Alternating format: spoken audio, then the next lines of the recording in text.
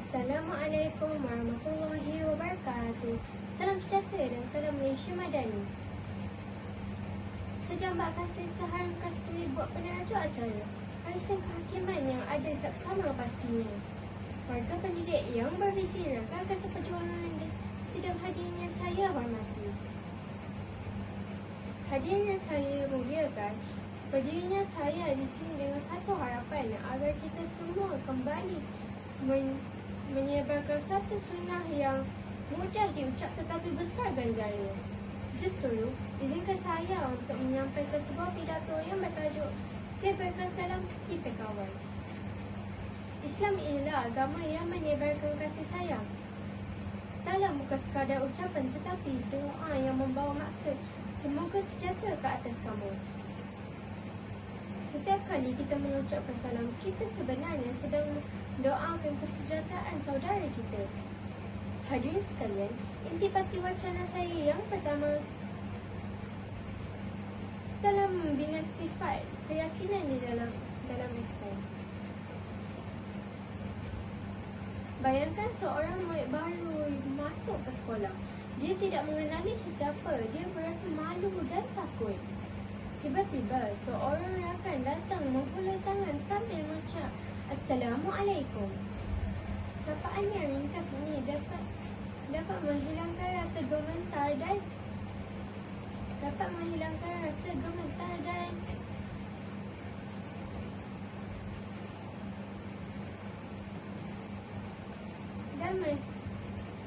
dan membina keyakinan dalam dirinya.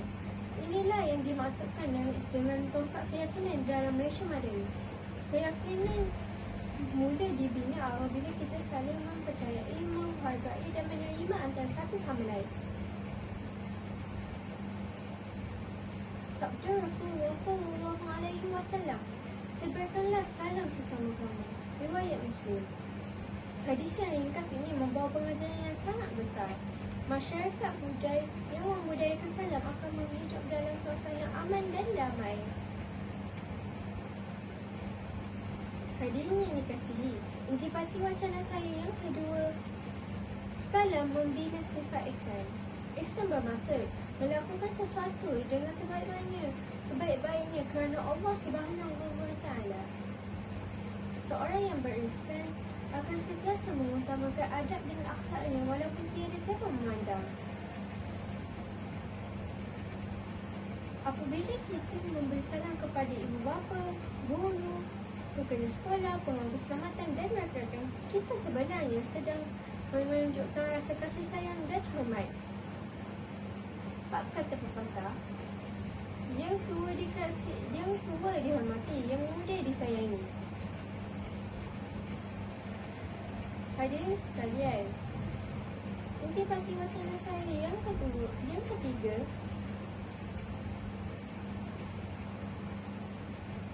salam membina persahabatan dan menghapuskan permusuhan. Kadang-kala, pergaduhan bermula kerana perkara yang kecil seperti salah faham dan tidak bertegur sapa.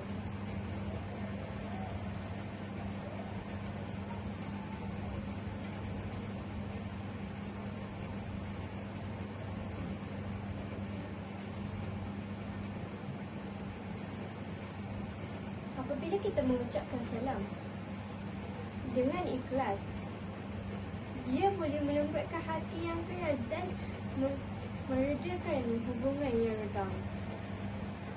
Sabda Rasulullah SAW, kamu tidak akan masuk syurga selagi kamu tidak beriman dan kamu tidak sempurna beriman selagi kamu tidak berkasih sayang. Maka aku tunjukkan suatu perkara yang apabila kamu lakukan, kamu akan memberikan kasih sayang. Sebarkanlah salam sesama kamu. Riwayat Muslim. Hadis ini membuktikan bahawa salam bukan sekadar ucapan, bahkan kunci kepada syurga dan kepaduan.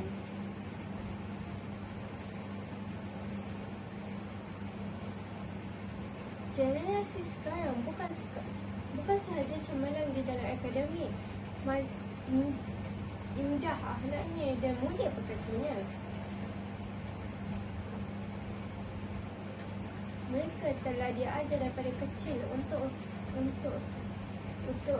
sentiasa menghormati orang lain. Jika bukan kita yang menggunakan salam, siapa lagi? Jika bukan kita, jika bukan sekarang masanya, bila lagi? Sebarkan salam semai ihsan, sebarkan salam kita kawan. Sekian wabillahi taufiq wal hidayah. Assalamualaikum warahmatullahi wabarakatuh.